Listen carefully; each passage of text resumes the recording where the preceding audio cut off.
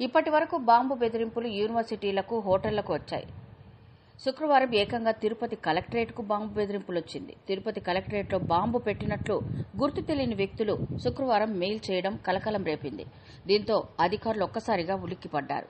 వెంటనే కలెక్టర్ వెంకటేశ్వర్ స్పందించారు. ఎస్పీ హర్షవర్ధన్ రాజుకు సమాచారం తెలియజేశారు. పోలీసు బలగాలు కలెక్టరేట్కు చేరుకుని క్షుణ్ణంగా తనిఖీలు చేపట్టాయి. బాంబు లేకపోవడంతో అందరూ ఊపిరి పీల్చుకున్నారు.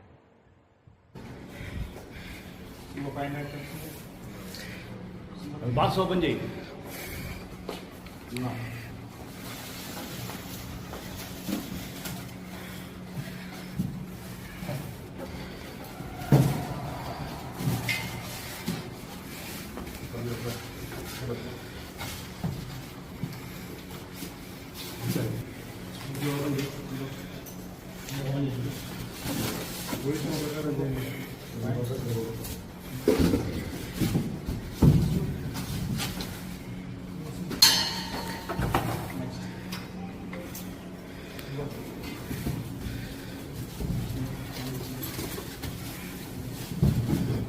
నేను కవర్